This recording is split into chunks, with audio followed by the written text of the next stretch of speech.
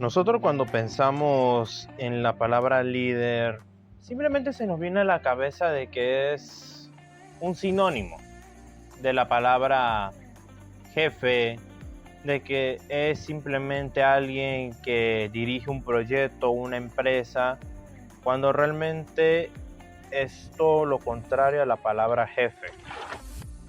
Aparte de eso, la palabra líder conlleva una gran cantidad de filosofías por detrás, que incluso conllevó a varios estudios a lo largo del tiempo, y que a medida de que el tiempo y el mundo estuvieron en crecimiento, la sociedad también ha adaptado nuevos conceptos sobre liderazgo, nuevas filosofías, como también nuevas formas de entender qué realmente es ser líder. Y en este video les voy a explicar cuáles son. Ok, para empezar con este término, vamos a aclarar un par de cosas primero. ¿Qué es lo primero que se nos viene a la cabeza cuando pensamos en la palabra líder, dejando a un lado el concepto de que es sinónimo de jefe? Bueno, según ChatGPT, el liderazgo constituye uno de los temas más estudiados dentro de las ciencias sociales.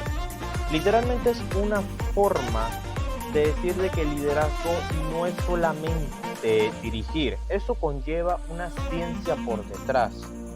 Eso es algo que muy pocas personas en este mundo pueden dominar, el concepto de liderar.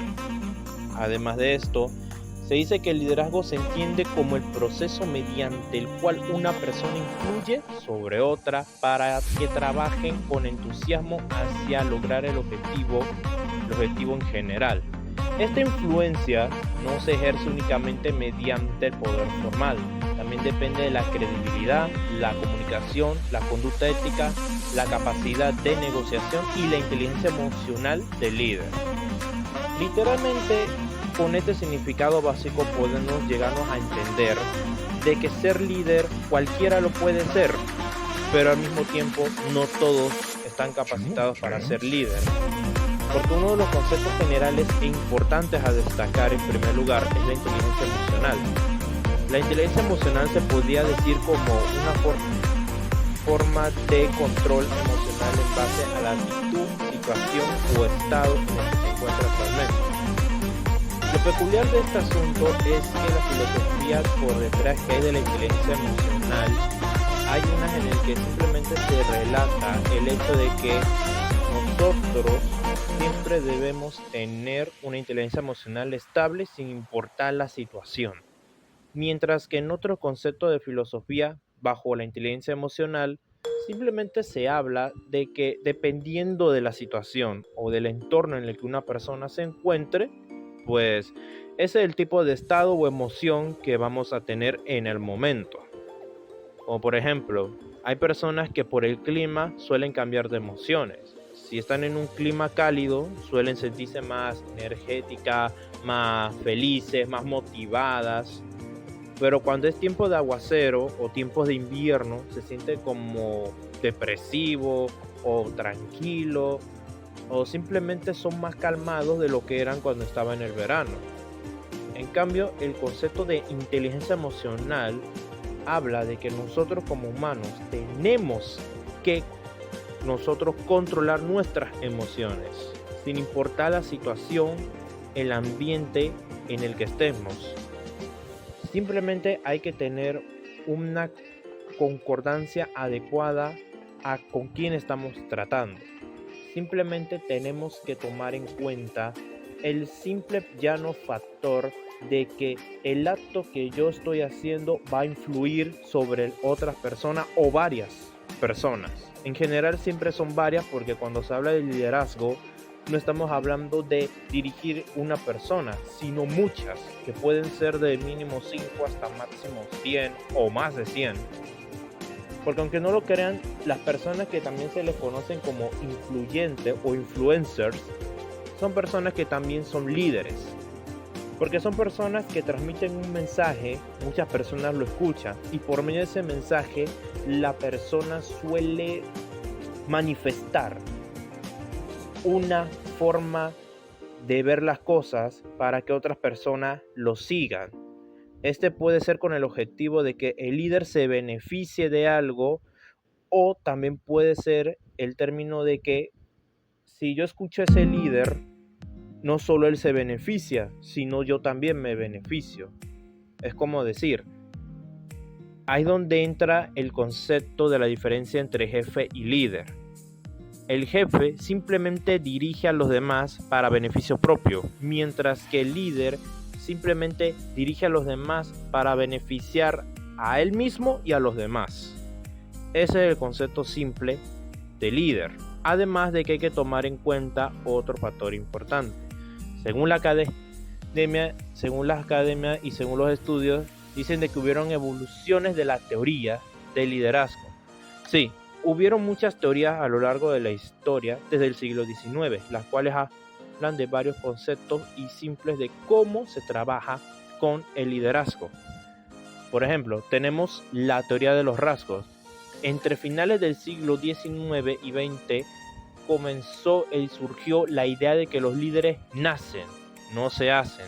Esta teoría busca identificar cualidades innatas como carisma, confianza, inteligencia o valentía. Aunque aportaron ideas relevantes, fueron criticados por su rigidez al ignorar factores sociales y situaciones. Esta teoría realmente yo la podía catalogar como algo obsoleta, por el hecho de que es cierto, según las críticas, esta teoría en sí habla de que no se toman en cuenta los factores en el que la persona es influida al principio. Porque se dice que un líder que un líder nace, no se hace. Eso es mentira. Porque yo podré vivir en un ambiente de mal... ¿Cómo decirlo? De mal... un mal ambiente, por así decirlo, un mal ambiente, un lugar en donde no se me enseñen valores, un lugar donde no me sienta amado, pero hay personas en este mundo que nacen en ese ambiente y llegan a ser líderes. ¿Por qué? Porque no se dejan influir del ambiente, no se dejan influir del área, no se dejan influir de las personas a su alrededor, simplemente forman un consciente propio, en donde al final ese consciente propio llega a controlar a la persona en sí por su propia cuenta, mientras que en el ambiente exterior esa concentración de pensamiento propio y de mejoramiento de uno mismo llega a tal punto en el que las personas a tu alrededor se fijan y dicen, oye, como que te veo más cambiado, como que te veo mucho mejor, como que eres alguien capaz de que yo pueda confiar en ti, como que yo siento que yo puedo escucharte y siento que no me va a ir mal. Ahí es donde nace el concepto de liderazgo que mucho entendemos actualmente. Ahora, segundo punto, la teoría conductuales.